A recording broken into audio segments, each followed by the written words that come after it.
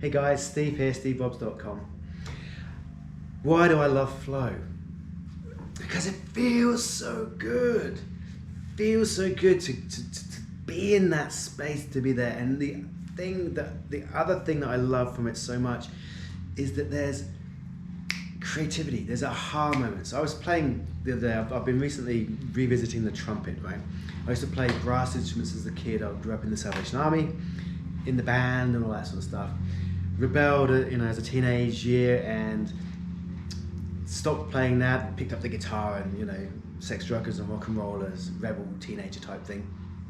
And then bought a trumpet when my grandfather passed away. I got a little bit of money and so I decided to buy a trumpet. He was a cornet player. It comes from a long line of cornet players. A cornet is like a smaller version of a trumpet. But I bought a trumpet, right? And then just carried around and didn't really play it very long, and then arrived in the Huron Valley and I bumped into somebody at a blues night who plays jazz on the saxophone, and so we've hit up a bit of a friendship and we get together and we play, right? And so now I'm playing the trumpet again. But we set up the parameters, at least I set up the parameters to get into flow. Which is clear goals is the number one thing, clear goals and a challenge skills balance tweaked, so I have to push it, and then a level of risk and also a level of novelty is in there as well. And then, so I'm playing the trumpet, I'm being pushed, in terms of I'm sight reading music, so there's all this, everything, all the flow triggers are there to drive focus, right? You remember that? The triggers drive focus, and focus leads into flow. So I've got all the triggers there to drive my focus. The music's playing, it's a backing track, so it's not going to slow down. My mate is there playing his saxophone, the tune's coming up, I'm reading it, and then I'm trying to process this information and get into flow. And you don't always get into flow. Sometimes you get struggle, and sometimes the challenge skills balance is too high.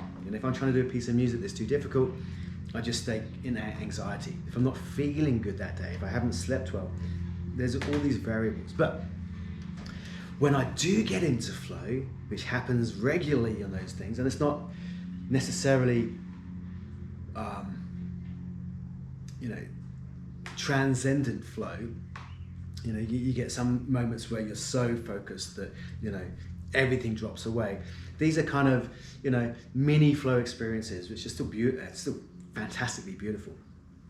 And I get into flow and I'm playing this stuff, and all of a sudden it's almost like, I was watching this safe cracking movie the other day, actually it's quite funny, but they're doing the thing on the safe, and eventually it goes click, and then they spin it away and click, right? In my brain that happens. All of a sudden I'm playing a note and I'm suddenly realizing why it fits in with what's going on, and there's this theory that's in the back of my head. I went to college for a couple of years and learned about jazz theory. All this stuff kind of clicks into place, and it's like, whoa, there's an epiphany moment where it just feels awesome. And then all of a sudden there's this whole new kind of vista of landscape that I can musically play because of this moment, right? But the moment came from being in the moment, right? So being in flow led to this creative aha moment that led into more creation. Yeah, and then depending on the level of the practice that I've put in, I'm able to follow that stream of thought, that way of playing, and to have more aha moments. Every time we put down the instruments after prolonged space in this jam, there's so much laughter. We're just laughing with each other and marveling at what came out. Yeah, we're not recording it all, so we don't know if it all sounds great, but it doesn't actually matter too much because it's the feeling that we're getting from it. Right? Okay, now let's backtrack a little bit, because I talked about it depends on how much practice I've been putting in. Why is that important, right? So you've got to feed the brain. You've got to feed the data banks or the data banks in the brain with information so that when you're in flow, it can make all the the connections. Right?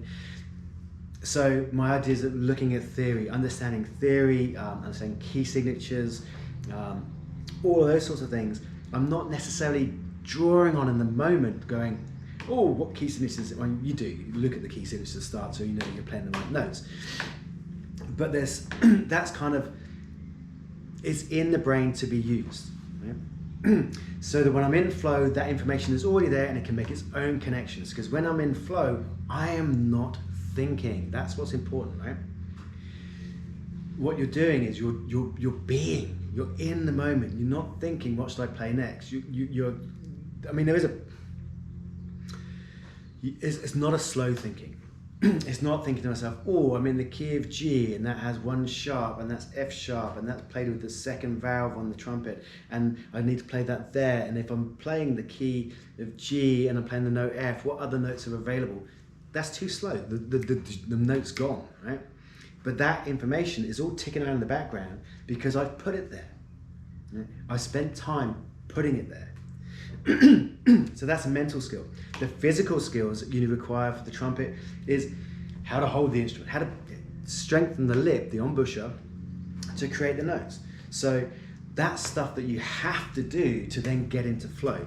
Stephen Kotler, who's one of my teachers here, talks about that in terms of grit, having the grit. And he has 6 different types of grit. Right? But practice is a grit, you know? Practicing those skills so that you can then call upon them.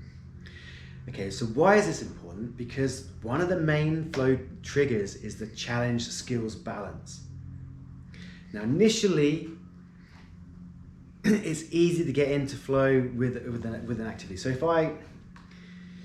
I can only play a few notes on the trumpet, there's a chance that I could use those few notes and get into flow. Right? But because I can tweak the challenge skills balance so the challenge is slightly above my skill level. So I've got to lean in, I've got to draw on my resources. But that's only going to work for a certain period of time and then it's going to get boring.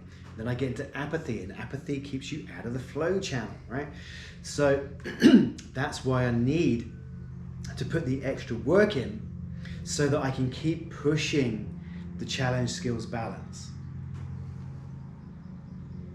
All right, I'm hoping, again, as I always say at these interviews, hope that makes sense. If it doesn't, or if it does, comment, ask me some questions, because the more I can get asked, the more relevant I can make this to you, the viewers, and the more flow we can all get.